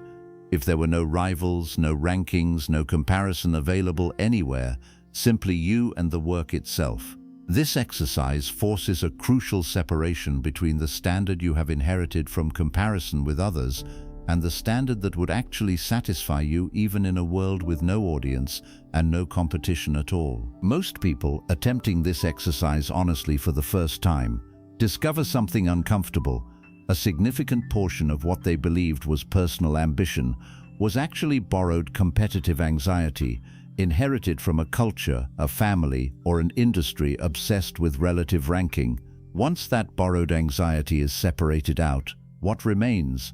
The standard that would still feel meaningful, even with no one watching and no one to outrank, is usually smaller in scope, but significantly more durable, because it no longer depends on anyone else's position to generate its pull. This is the standard I want you to begin building your forward motion around, starting now, regardless of where you currently stand relative to anyone else in your field, your family, or your circle. Stop checking whether you are ahead of someone. Start checking whether you are closer today than you were yesterday to the absolute standard you would hold even in a world with no rivals left to outrun. This question generates motivation that does not evaporate the moment the competitive landscape shifts, because it was never actually dependent on that landscape in the first place. It depends only on you, continuing to close a gap that belongs entirely to you, in a race that has exactly one competitor, regardless of how crowded or empty the surrounding field happens to be on any given day. Chapter 11. There is a mask almost everyone wears for so long they forget it is removable, and I want to spend this chapter on the specific, often disorienting experience of finally taking it off. The mask I am describing is not deception in the cruel or manipulative sense. It is something far more common and far more forgivable. The accumulated set of small adjustments a person makes, often beginning in early childhood, to remain acceptable, lovable, and safe within whatever environment they were raised in. A child who learns that sadness produces parental discomfort learns to mask sadness with cheerfulness. A child who learns that ambition threatens a sibling's fragile self-esteem learns to mask ambition with modesty.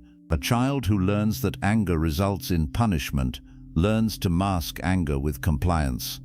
None of these adjustments are conscious deceptions at the time they are built, They are survival strategies built by a young, dependent person with no other available tools, and they are, in almost every case, genuinely intelligent responses to the specific environment that produced them. The problem is not that the mask was built. The problem is that almost no one is ever taught how to remove it once the original environment that necessitated it no longer exists. I want to tell you about a woman who spent the first 40 years of her life as what everyone in her professional circle described as remarkably even-tempered, a description she had cultivated so thoroughly that even she had come to believe it was simply her nature, rather than a mask built decades earlier in response to a father whose unpredictable temper made any visible reaction from his children dangerous. By adulthood, she had become so skilled at masking authentic emotion with measured calm that she genuinely struggled, when asked directly, to identify what she actually felt about most significant events in her own life. She could tell you what the appropriate response was, what the measured response was, what the response least likely to disturb anyone in the room would be.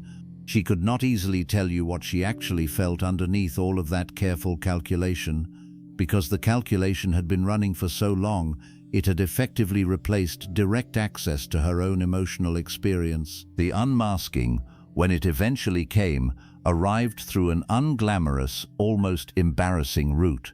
A minor car accident, no one seriously hurt, that left her shaking and crying in a parking lot for nearly 20 minutes, far longer and far more intensely than the actual severity of the accident seemed to warrant.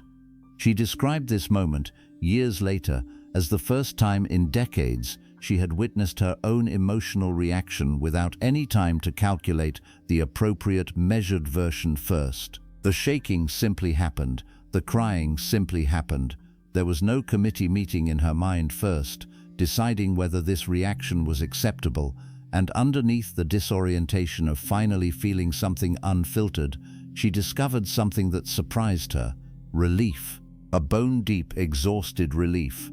The relief of a muscle finally released after being clenched for 40 years without her even realizing it had been clenched at all. This began a slow, multi-year process of learning to access genuine emotional response without the decades-old filter of "is this acceptable?" running automatically beforehand.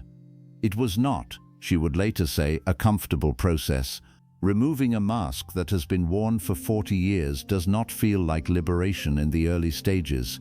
It feels closer to nakedness, exposed, uncertain, frequently embarrassed by reactions that feel too big, too messy, too unfamiliar to trust as legitimately hers. But over time, the discomfort of nakedness gave way to something she had not expected, a kind of intimacy with her own life that the mask had never allowed.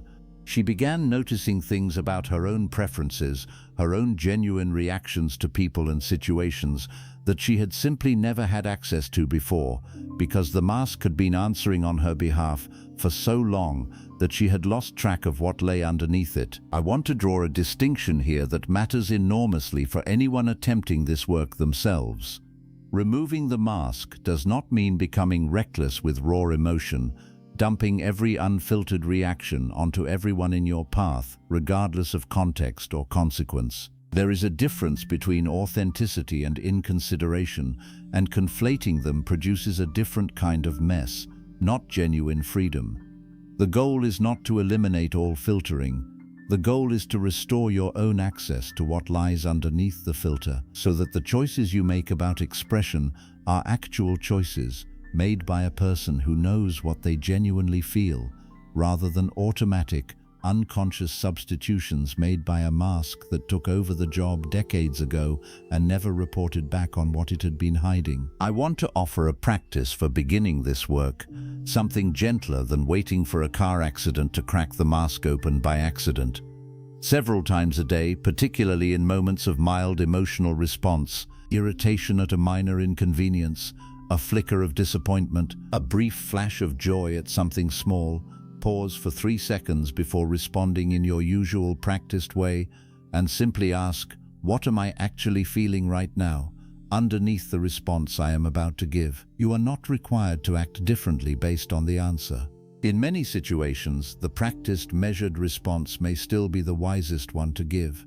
The goal of this practice is not behavioral change in the moment. The goal is rebuilding the connection between your conscious awareness and your actual emotional experience, a connection that years or decades of masking has likely weakened far more than you currently realize. Over months of this practice, something begins to shift. The 3-second pause starts producing information you did not previously have access to.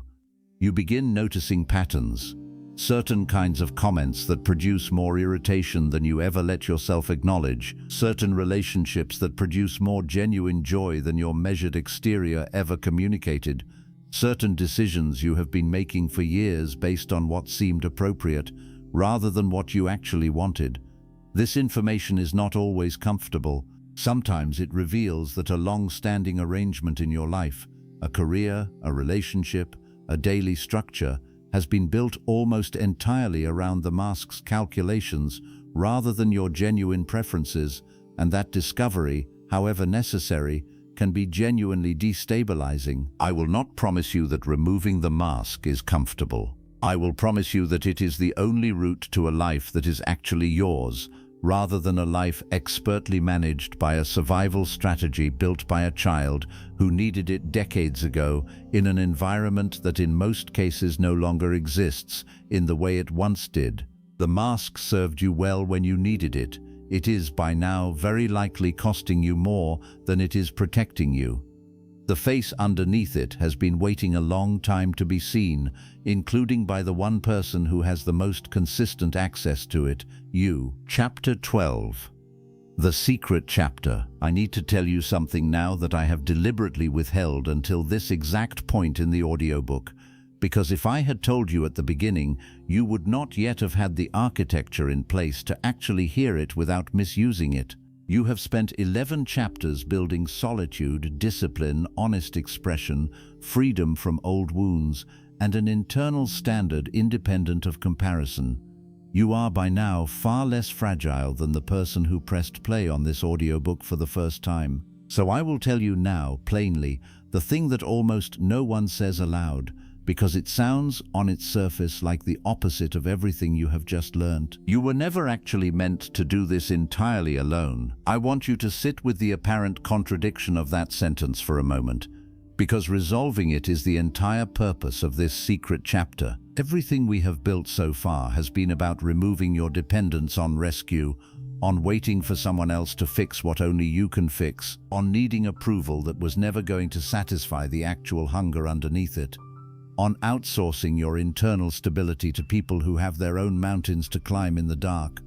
All of that remains true, and none of it is being retracted here. But there is a deeper layer underneath it, one that most teachings on self-reliance never reach, because reaching it requires admitting something uncomfortable. The goal was never isolation. The goal was sovereignty, and sovereignty, properly understood, is not the absence of connection. It is the capacity to choose connection from strength rather than scarcity. Here is the secret, stated as directly as I can state it.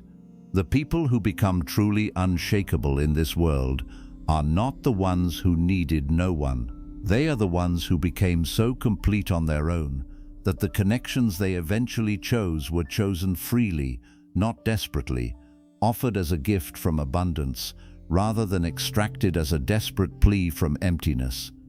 The entire architecture of this audiobook, every chapter you have moved through, exists to bring you to exactly this threshold, not a life of permanent solitary fortress building, but a life where you have finally become someone capable of real intimacy, real partnership, real community, because you no longer need any of it to survive. You simply freely want it. The way a person who already has enough water still chooses to drink from a particular well because the water there tastes like home. I want to tell you about an old woodworker I once read about, who spent 60 years of his life building furniture entirely alone in a workshop behind his house, having decided in his 20s, after a painful divorce, that he would never again build his stability around another person's presence. He became, by every external measure, extraordinarily self-sufficient. His furniture was masterful, His days were entirely his own. He needed nothing from anyone, and for nearly 4 decades he considered this independence the crowning achievement of his life. In his early 70s, his health began declining, slowly at first, and he found himself, for the first time in decades, in a position where his self-sufficiency genuinely could not meet his actual needs. He required help carrying wood he had carried alone for 50 years. He required someone to drive him to appointments his pride had always insisted he would never need. And in this forced vulnerability, something unexpected happened. A neighbor, someone he had kept at a careful, polite distance for 20 years, began helping him without being asked, simply because she had noticed his decline and decided on her own that she wanted to be useful to him. He described, near the end of his life, a realization that arrived far later than he wished it had. His decades of fierce independence had not actually been strength in the purest sense. They had been a kind of armor built around an old wound, and the armor had successfully protected him from ever being abandoned again, but it had also successfully protected him from ever again experiencing the specific, irreplaceable warmth of being cared for by someone who chose to show up, not because he needed them to survive, but because they genuinely wanted to be present for his life. He said, in one of the last recorded conversations before his death, that he wished he had learned decades earlier what he was only now learning in his final years. That allowing someone to help you, when you have already proven beyond any doubt that you do not require their help to survive, is not a betrayal of your independence. It is the actual reward your independence was always supposed to be building toward. This is the secret hidden underneath everything this audiobook has taught you so far, and I want to state it as precisely as I can, because precision matters enormously here. Sovereignty is not the destination, sovereignty is the gate. On the other side of that gate is something the wounded, frightened, scoreboard-obsessed version of you could never have safely accessed: connection chosen freely by a complete person rather than connection grasped desperately by an incomplete one. I want to be very clear about what this does not mean, because misapplying this secret can undo much of the work you have already done. This does not mean you should now go reopen every door you have correctly closed, the relationships that only survived your translated costumed self, the tribes that only welcomed agreement, the old wounds disguised as people who never actually became safe, simply because time has passed. Those closures were correct, and nothing in this chapter reverses them. What this chapter offers is permission for a different kind of opening, the opening that becomes available only after sovereignty has been genuinely established, toward people and connections capable of meeting the actual, undisguised, self-sufficient person you have been building throughout this entire audiobook, rather than the frightened, performing, approval-seeking version that existed before you began this work. I want to give you a way to know the difference, because confusing these two kinds of opening is exactly the trap that sends some people backward into old patterns just when they were closest to real freedom. The old kind of connection-seeking felt like hunger, an urgent, anxious reaching, where the other person's response determined whether you felt acceptable or worthless that day. The new kind of connection, available now that sovereignty has been established, feels entirely different. It feels like generosity. You are not reaching for someone because you need them to complete you. You are choosing to extend yourself towards someone because you have something complete to offer, and sharing it adds richness to an already whole life, rather than patching a hole in a fractured one. This is the secret, and I will not pretend it resolves cleanly, because it does not. It asks you to hold two things simultaneously that feel, on the surface, like a contradiction: total self-sufficiency and genuine openness to connection, neither one cancelling out the other, both required in the right proportion for the specific kind of life this audiobook is helping you build.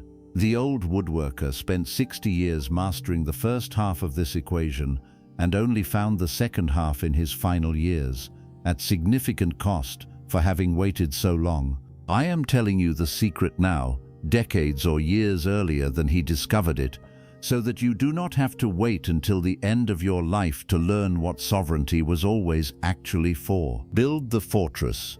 You have been building it, chapter by chapter, throughout this entire audiobook, and that work was not wasted, not for a single page of it. But remember, as you finish building it, that a fortress with no gate is not a stronghold. It is a tomb. Build the gate too. Choose deliberately from strength rather than scarcity who is allowed to walk through it. And then, when the right person or the right community arrives at that gate, do not let the old fear of needing someone convince you to keep it sealed forever. The entire purpose of becoming unshakable was never to spend the rest of your life alone in the fortress, admiring how well it was built. It was to finally become someone capable of opening the gate without losing yourself the moment someone walks through it. That is the secret. Carry it quietly. You will know exactly when you need it. Chapter 13. There is a particular image that has stayed with me for years, one I want to offer you now as the architecture of this chapter, because I think it captures something that abstract instruction alone cannot quite reach. Picture a throne in an empty room in a castle that has stood for centuries. For most of its existence, the throne sat empty, not because no one was permitted to sit there, but because everyone who approached it believed, mistakenly, that they first needed someone else's permission, someone else's coronation, someone else's validation, before they were allowed to claim the seat that had in fact been built specifically for them from the very beginning. This is the final architecture I want to leave you with before the closing chapter of this audiobook, and I want to build it carefully, because everything we have constructed across the previous 12 chapters has been leading toward this single, simple, and yet profoundly difficult act, sitting down in the seat that was always yours, without waiting one more day for anyone's coronation. I want to revisit, briefly, everything that has brought you to this threshold. You have learned that rescue, in the form most people wait their entire lives for, was never actually coming, and that this is not a tragedy but a permission. You have fired the old voices on your internal scoreboard, the ones still casting votes on decisions that belong to you alone. You have learned to tolerate silence long enough for it to become company instead of threat. You have built discipline that asks for no audience and no applause. You have stopped translating your true self into smaller, safer shapes for rooms that were never actually going to punish your honesty as severely as you feared. You have learned to recognize old wounds masquerading as present danger and to offer them, finally, the adult presence they never had access to at the age they were created. You have examined the tribes claiming your loyalty and asked whether they could survive your disagreement or only your compliance. You have understood the compounding nature of all of this work and learned to measure your progress by behavior rather than by results that arrive on a timeline outside your control. You have learned to generate your own urgency, independent of whoever happens to be nearby to outrun.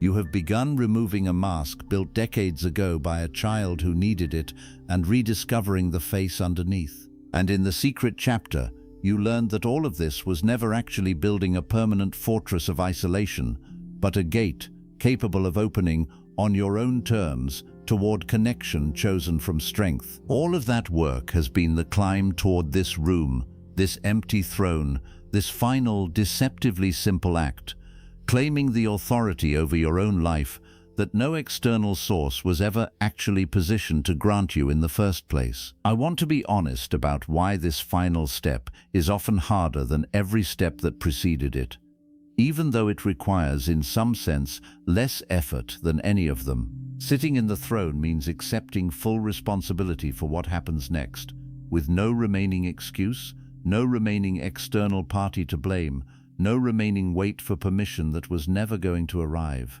As long as the throne stays empty, a person retains a strange, perverse comfort. The comfort of remaining a victim of circumstance, of unfinished waiting, of a life still technically paused until some external condition is finally met. The moment you sit down, that comfort disappears entirely. Whatever happens in your life from this point forward is unmistakably the result of decisions made by the person now occupying the seat, And that clarity, however liberating, is also genuinely frightening, because it removes the last available story in which your life's outcome was someone else's responsibility. I want to tell you about the final stretch of one more story, the climber from the very beginning of this audiobook, the one who crawled 400 meters across a broken leg in the dark because the helicopter lights were searching the wrong ridge.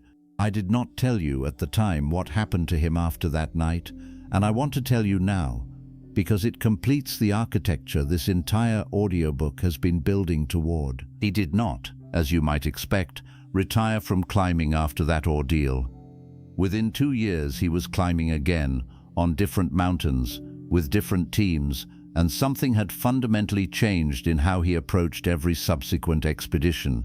He no longer climbed as someone hoping the team, the equipment, the radio, the rescue infrastructure would handle whatever went wrong. He climbed as someone who had already proven, in the worst possible circumstances, that he could carry himself off a mountain with nothing but a broken body and a refusal to stop moving. This did not make him reckless. If anything, it made him more careful, more deliberate, more genuinely present to every decision on the mountain, precisely because he understood, with a clarity most climbers never develop, that the final responsibility for his survival had always rested with him, regardless of how many other people were on the rope beside him. Years later, leading his own expeditions, he became known among younger climbers for a single piece of advice he repeated before every difficult ascent, and I want to leave it with you now as the final instruction of this chapter, because it is in essence the entire thesis of everything we have built together. Climb like the rescue team already turned back, not because they will, but because the moment you stop depending on them to save you, you start climbing like someone who actually owns the mountain instead of someone borrowing space on it until help arrives. This is what sitting in the throne actually means, not arrogance, not the rejection of help when help is genuinely freely offered, as the secret chapter made clear. It means making every decision from this point forward as the person ultimately responsible for the outcome, rather than the person waiting for someone else to make the decision correctly on your behalf. I want to give you one final practice before the closing chapter, something to mark this threshold concretely, rather than leaving it as an abstract idea you nod along to and then forget by tomorrow morning. I want you to identify, right now, one decision in your life that you have been postponing, specifically because you have been waiting for someone else's approval, validation, or permission before making it. It does not need to be a large decision.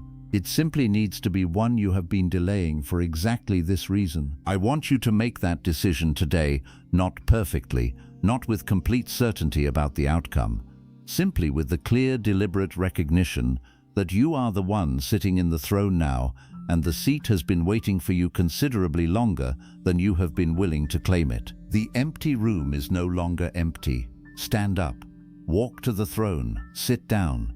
The coronation you have been waiting for was never going to come from anyone else, because it was never anyone else's to give. It was always, from the very beginning, simply a decision, available to you the entire time, waiting only for the moment you finally stopped looking toward the door for someone else to arrive and grant it. That moment is this one. Chapter 14. I want to take you back to the mountain one final time, because every true ending returns in some way to its beginning, and there is something I did not tell you about that night that I have been saving until now, because you needed to hear everything else first, before this last piece would mean what it is supposed to mean. After the climber reached the point where his strength genuinely ran out, not the dramatic, cinematic exhaustion of a story, but the real, bone-deep depletion of a body that has given everything it has and has nothing left to give, he stopped moving for what he later estimated was almost 40 minutes. He did not stop because he decided to rest. He stopped because his body, finally, simply refused to continue, and he lay there in the snow, certain for the first time that night that this was where it would end. And in that 40 minutes, lying motionless in the cold, Something happened that he struggled for years afterward to put into words that did not sound, to his own ear, either too mystical or too small for what it actually felt like. He stopped fighting the mountain. He stopped fighting the cold. He stopped even fighting the idea that he might die there.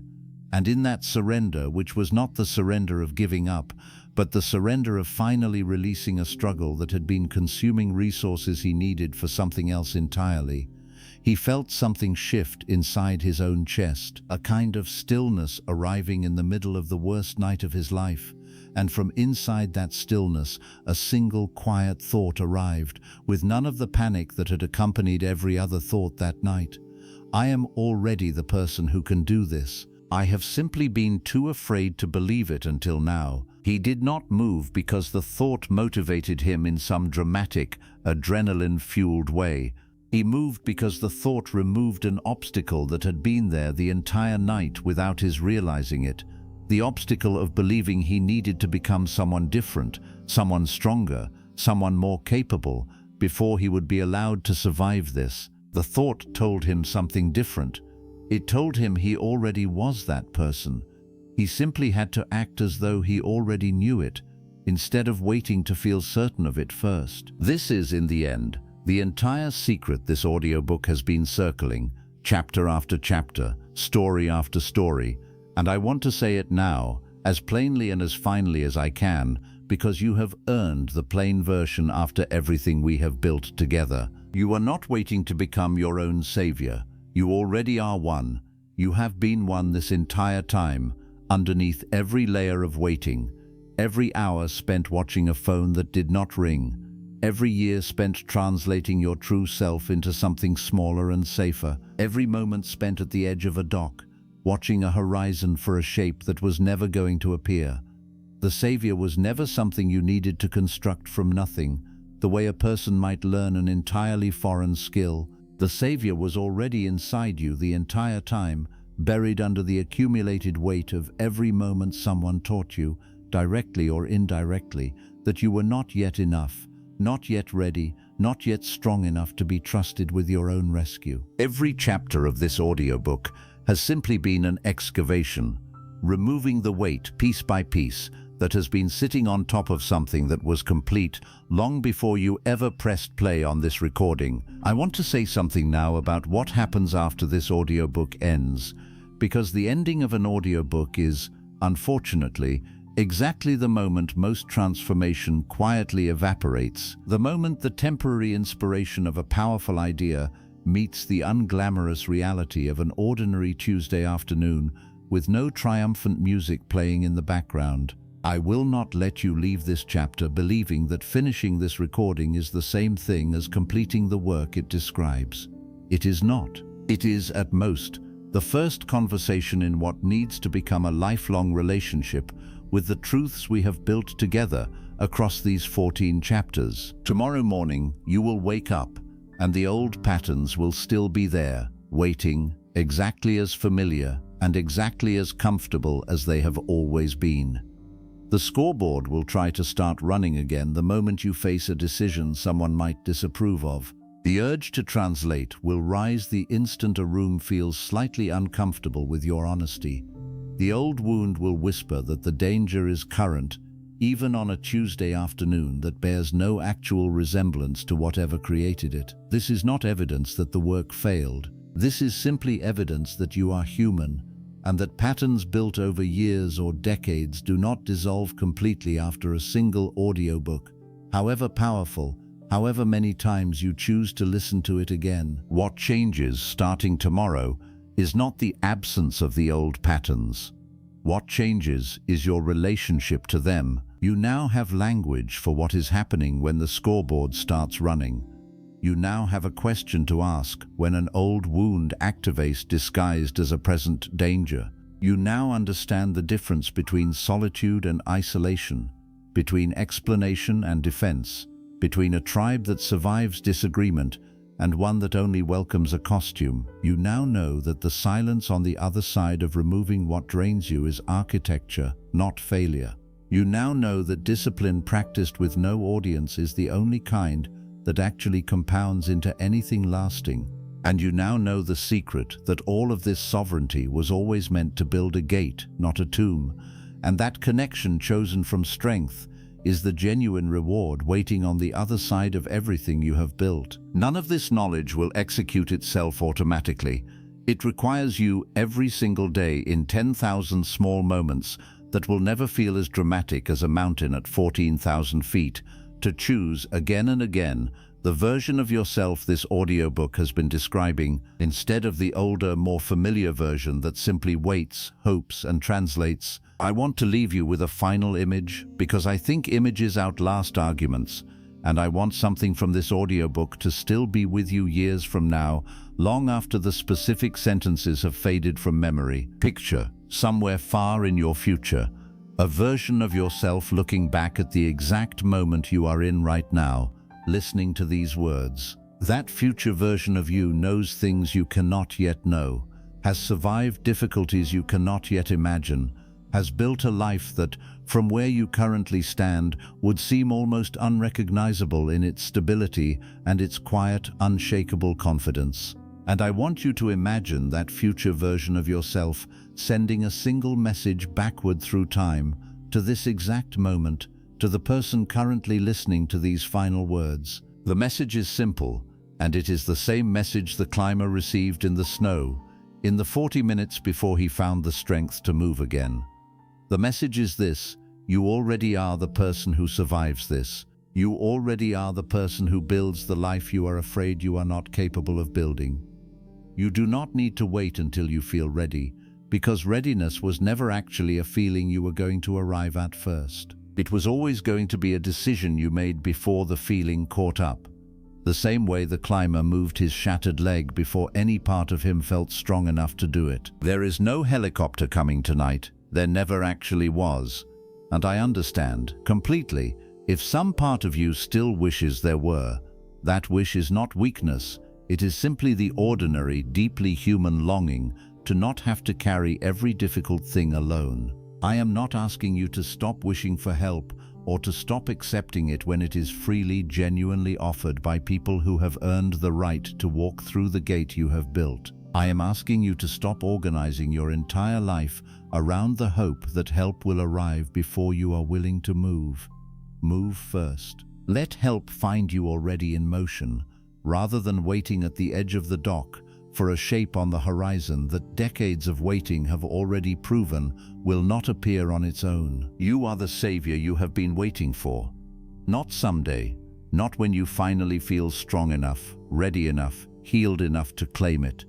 Now, in this exact moment, with whatever broken leg you are currently dragging, whatever radio you have already lost down whatever crevasse, whatever lights are currently searching the wrong ridge of your particular mountain, move anyway. The throne is empty because it was always waiting for you, and only you, and no one else was ever going to be able to sit in it on your behalf. Stand up, walk toward it, claim the seat that has been yours since before you knew it existed. This is the day it begins, not because the conditions are finally right, not because you finally feel ready, simply because you have decided, somewhere in the last 14 chapters, that you are done waiting for someone else's permission to become the one thing you were always going to have to become eventually, on a timeline that was always ultimately yours alone to choose. I want to say one more thing before we close, because I do not want you to mistake the quiet tone of this final chapter for a small ambition. What we have built together across these 14 chapters is not a minor adjustment to your personality, a few useful tips to make a difficult week slightly more bearable. It is a complete refoundation of where you locate your own authority in the world. That is not a small thing. Most people will live an entire life and never once question where that authority actually resides, simply inheriting the assumption handed to them in childhood and never re-examined since that someone else, somewhere, holds the final word on whether their life is acceptable. You have spent this audiobook quietly, deliberately, taking that word back. Few people ever do this fully. Fewer still do it before significant portions of their life, have already passed, waiting for a permission that was never going to arrive from outside. I think often about the difference between a person who survives a hard season and a person who is transformed by it, because they are not the same thing, even though they can look identical from a distance. Survival simply means the hard season ended and you were still standing afterward, largely unchanged, ready to be knocked down again by the next difficulty in exactly the same way. Transformation means the hard season rearranged something permanent in how you meet every difficulty that comes after it. The climber on the mountain did not simply survive that night, he was rearranged by it, permanently, in a way that changed every mountain he climbed afterward. That is the distinction I want for you, walking away from this audiobook. Not simply having survived the listening, having absorbed some temporary inspiration that fades by Thursday. I want the rearrangement. I want you finishing this final chapter as a genuinely different architecture than the one that pressed play at the beginning, even if the difference is not yet visible to anyone, including yourself, for months or years to come. You will have difficult days after this. I want to be honest about that, because false promises of permanent ease would betray everything this audiobook has tried to be. There will be mornings the old scoreboard tries to reclaim its seat. There will be rooms where translating your true self feels safer than speaking it. There will be silences that still feel like punishment instead of company, at least for a while. None of this means the work failed. It simply means you are a human being, rebuilding a foundation that took decades to construct in its original smaller form, and foundations of that size are never rebuilt in a single sitting, however powerful that sitting happened to be. What you carry forward from here is not a guarantee of ease. It is something more durable than ease. It is a set of questions you now know how to ask yourself in the exact moments you used to simply default to old patterns without noticing there was ever a choice involved at all. Is this voice currently in the room, or is it a recording from my past, applied to a present it was never designed to judge? How old is this feeling I am reacting to right now? Would this group still welcome me if I disagreed with it on something that actually mattered? Am I measuring a leading indicator I can control, or a lagging indicator I am impatient for? Is this hunger, or is this generosity? These questions, asked consistently, quietly, on ordinary days with no audience and no applause, are the actual mechanism of everything this audiobook has promised you. Not the words you are hearing right now, however carefully chosen, the questions you carry forward, and whether you actually ask them, on the Tuesday 3 months from now when this entire recording has otherwise faded into the general background of things you once listened to. Ask them. That is the whole instruction now. Everything else has already been given to you. Become your own savior. You already are.